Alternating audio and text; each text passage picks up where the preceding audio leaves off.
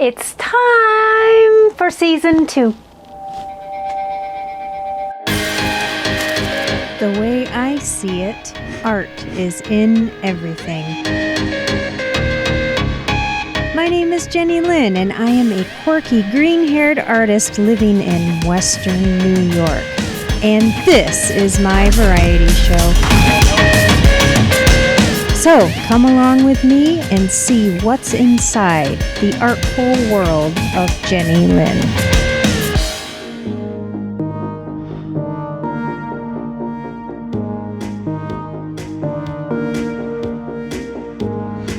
So, before we start the show, I want to inform you on some ways that you can support all of this awesome stuff that I do. So, I have a Subscribe Star, which is a subscription service, and if you sign up, you get amazing perks. You can donate via PayPal. You can check out my store. I have some awesome stickers and prints and things like that available. And if you want custom work, you can send me an email and we can talk about it. All right, you ready? Let's start the show.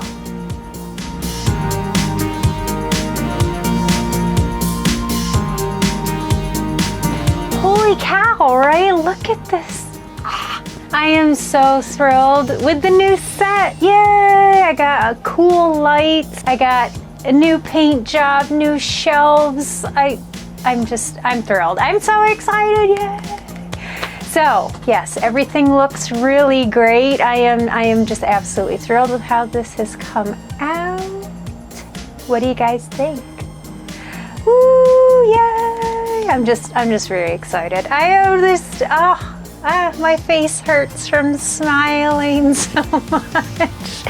But yeah, so I got a lot of awesome stuff planned for you guys. And for those of you who have never seen me before, I am Jenny Lynn. I live in New York State. I am a traditional visual artist. I do paintings and drawings and things of that nature.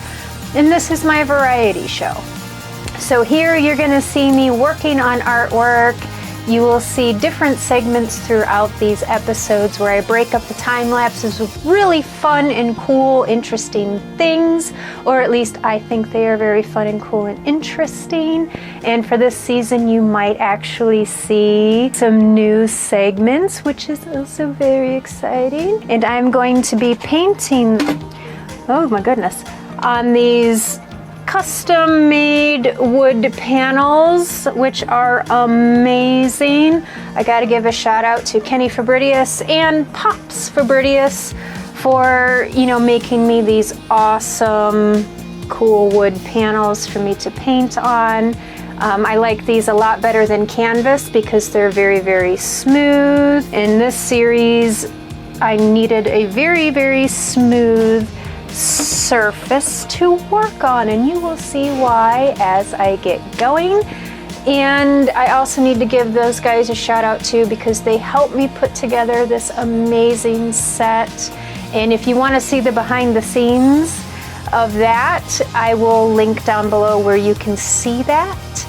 And so, without further ado,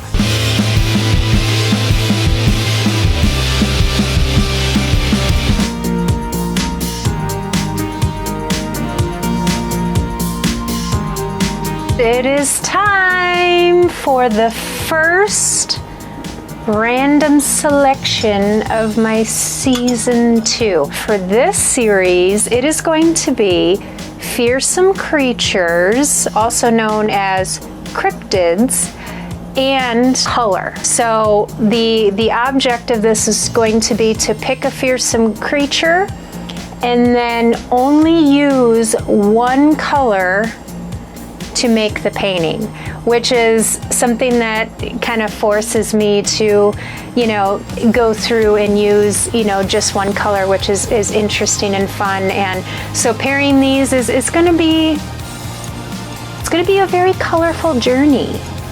And the fearsome creature cryptids, so I know like Bigfoot and Loch Ness Monster, those are options that could be selected. But you never know, there could be like a pink Loch Ness Monster or a red Bigfoot. or something like that. So we're gonna pick, and I'm not gonna look. Okay, the first selection is going to be the color green. All right, green it is. So I have 10 colors and 10 cryptids, just in case I didn't mention that. So who is gonna be a green mean machine? Let's see. Then before I select this, in the first episode I had my bins, and I upgraded and elevated myself to get actual like glass jars this time. I'm stepping up, guys, stepping up.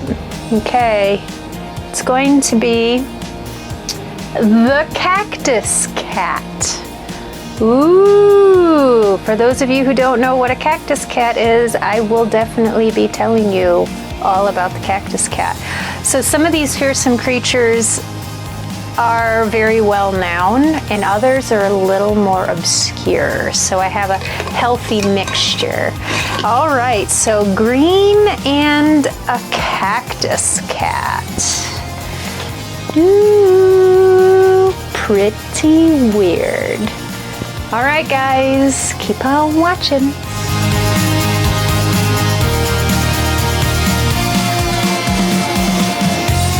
And here we go. We're working on designing the cactus cat. So filming this, one of the things that's really tough is I sketch very lightly with pencil in the beginning of the designing phases, so it's hard to see, but there's something there, I promise. It's there. But yeah, it takes quite a bit of time to kind of work out the composition, and you'll notice me drawing and measuring and erasing, and you know, the eraser, it can be your best friend.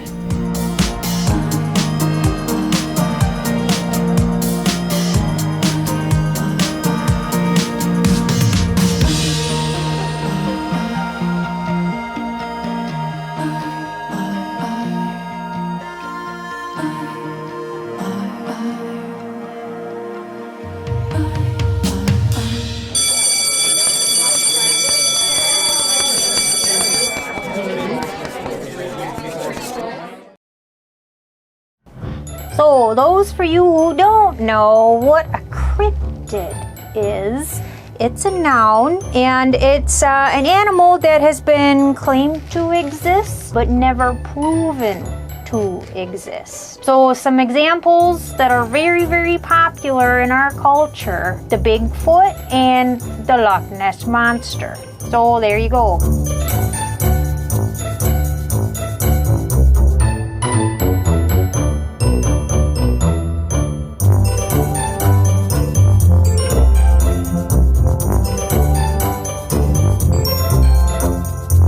So this is the cactus cat. Well, I had actually never heard of this guy until I started teaching this class.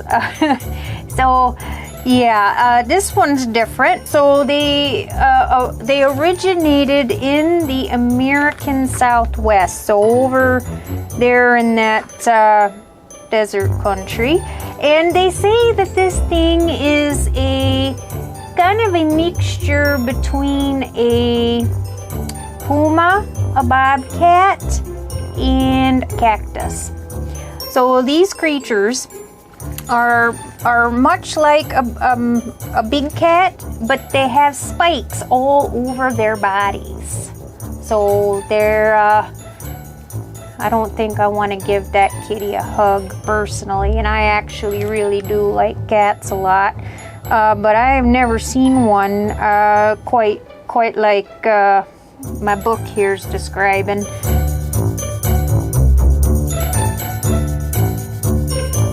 One thing that they say about this creature is that it's nocturnal. And so for those of you who don't know what nocturnal means, it means that it comes out at nighttime. And these animals use their spikes, prickers, whatever you want to call them. They use those to cut open cactus and drink the cactus juice.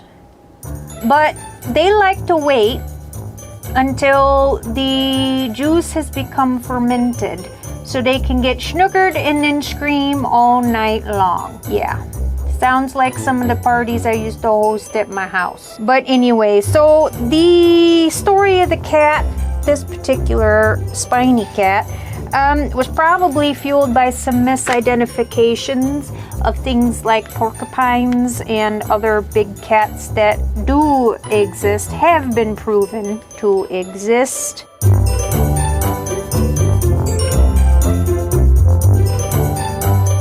And I guess these things will beat up anything or anyone that gets into their territory. So they are not only very spiky and sharp and they scream and they get drunk, but they also like to fight. They sound like they could have come from Ireland, right? I'm just joshing you, I'm kidding. Just making some jokes here. So there you go. I hope you guys learned something.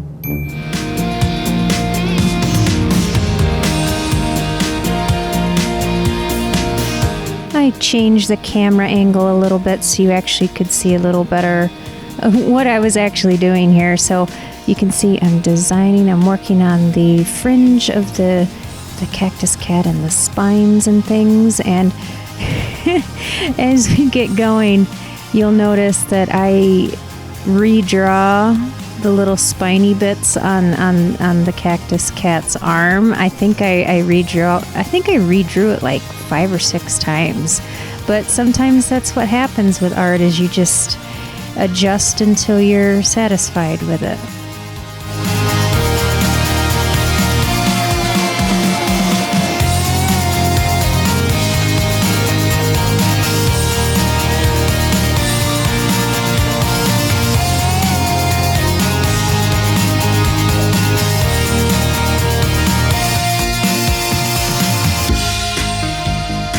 So now it is time for what in the heck is Jenny eating?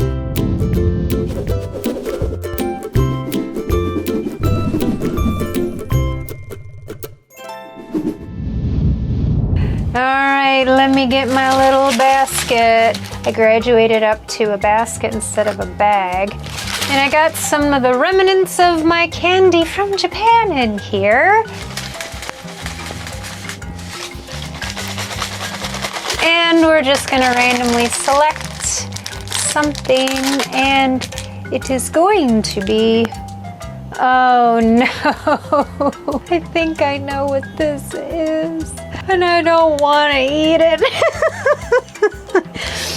So, for those of you who watched my episode about Ferris Mueller, my little black cat, in that episode, I ate some food, and I also fed Ferris the kitten a can of his food and some treats and things. And in that particular episode, I ate a piece of dried fish, because that was the random candy that I selected.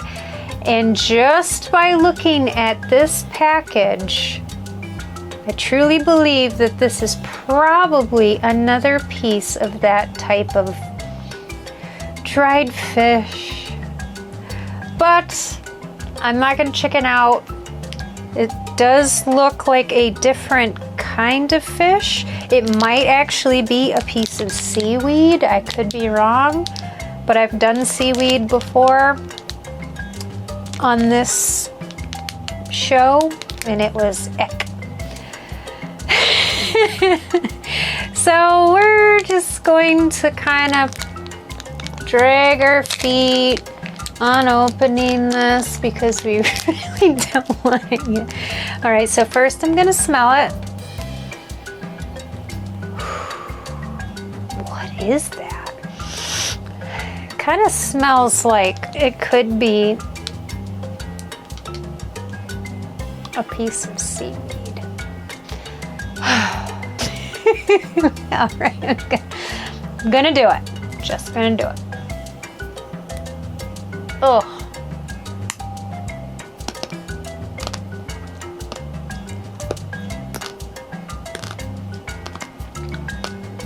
Oh.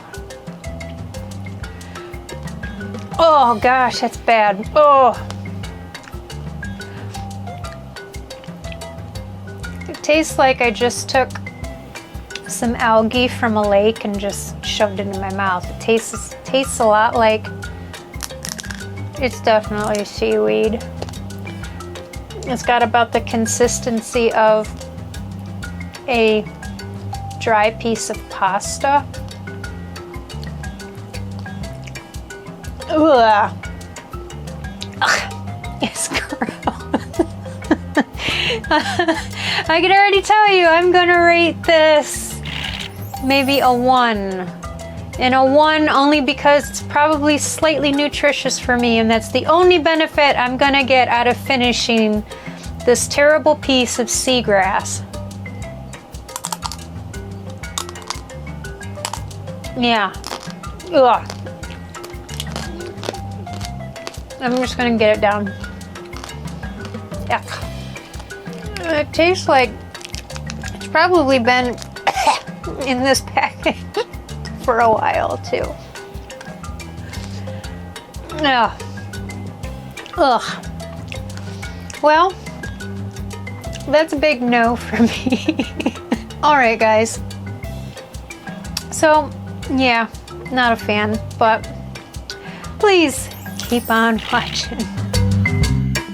So, I know some of you are new, and I know some of you have been here a while. A while, but just in case you didn't know, I have a subscription service. If you want to join, you get amazing perks every month. I have a store where I have prints and stickers and things like that, and I also have a place you can just donate, and that's my PayPal button. And I have other social media and cool stuff going on, so definitely click on my links. And yeah, so I would appreciate very much your support. And also remember, sharing this video is another way that you can support me. And I really appreciate it. So, all right, please keep on watching.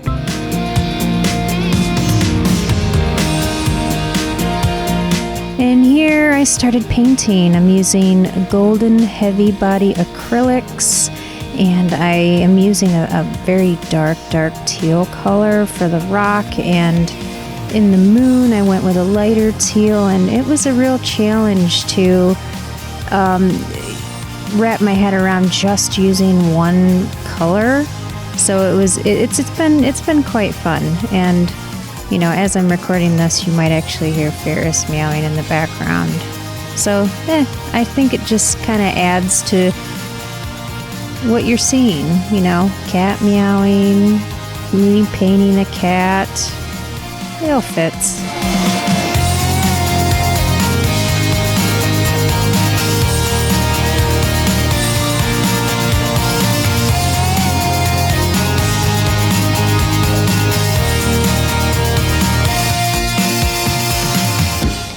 Alright guys, so now I'm going to give you my opinion.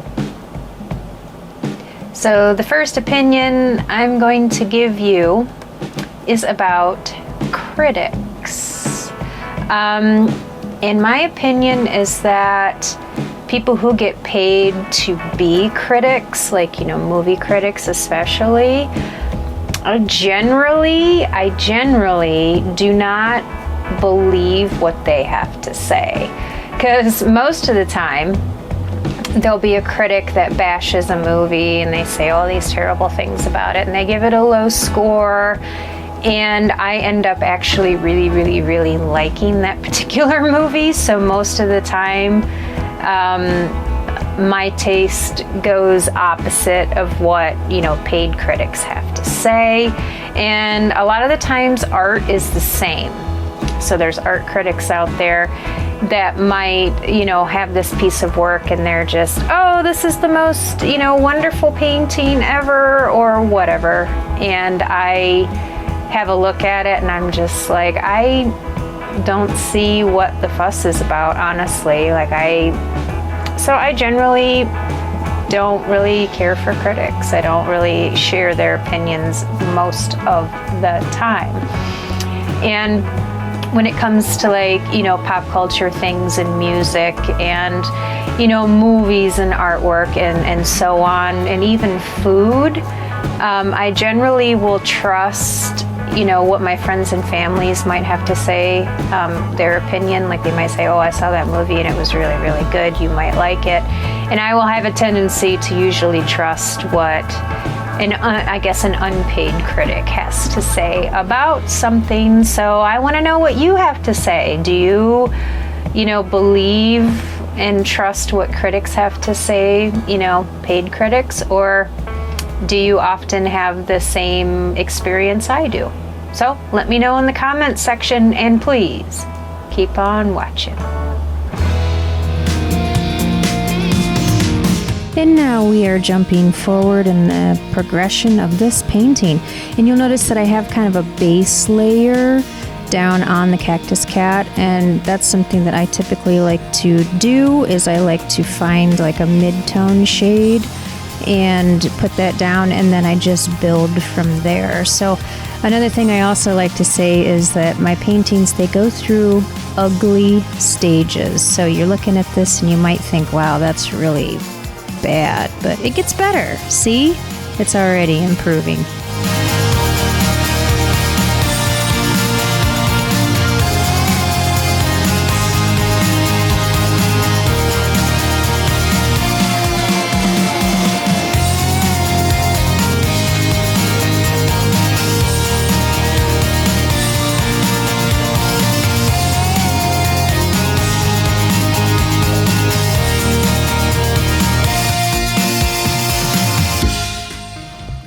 Okay, I got something really cool I want to show you. You ready? Check him out. This is a little hand-carved Buddha statue. I'm going to tell you the story behind this one. I found this for sale at a weird little shop when I lived in Florida, in Melbourne, Florida specifically.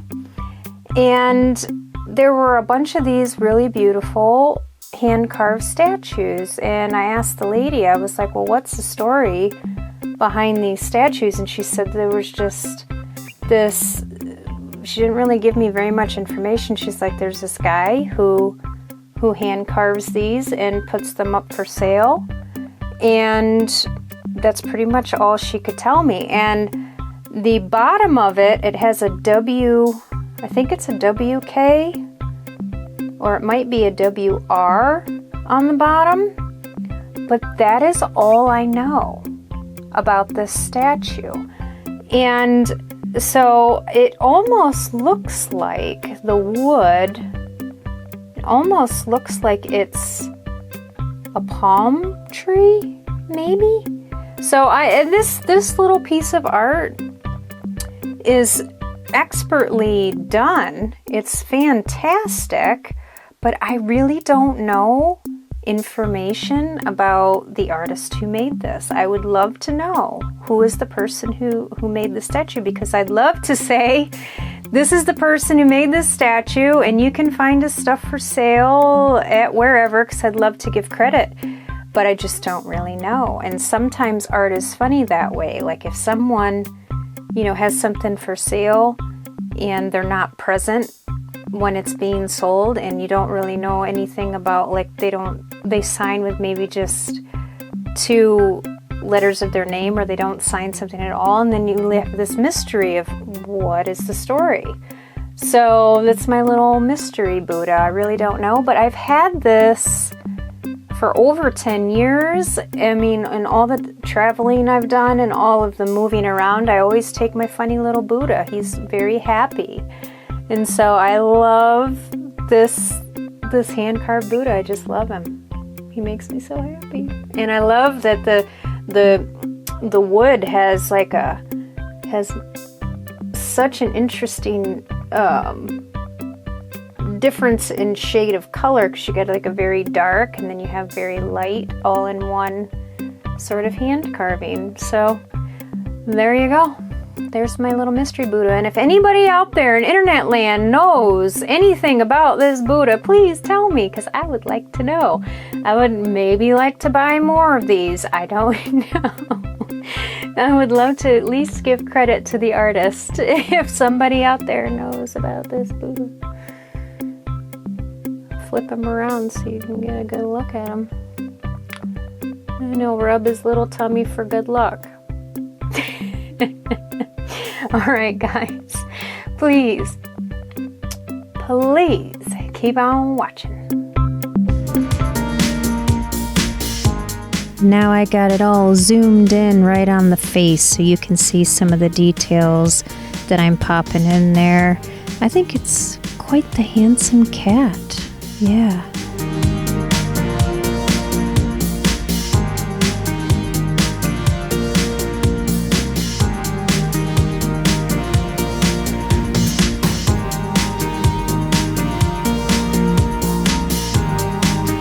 And it wouldn't be my show if we didn't have some cat getting up here in the frame, but I had to keep him out of the water so he didn't drink it.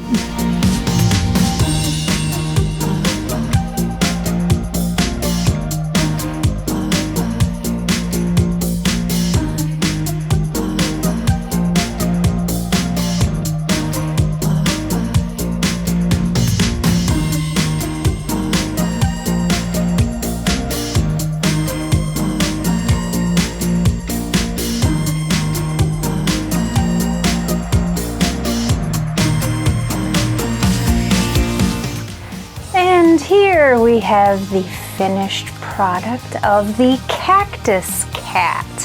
So this one, I challenged myself extra because I wanted to come up with a nighttime scene, because based on everything I read about the cactus cats, they are a nocturnal cryptid, so they hang out and do most of their activity during the nighttime. So I wanted to show that, and so it took a bit of time, but I think I achieved exactly what I was going for.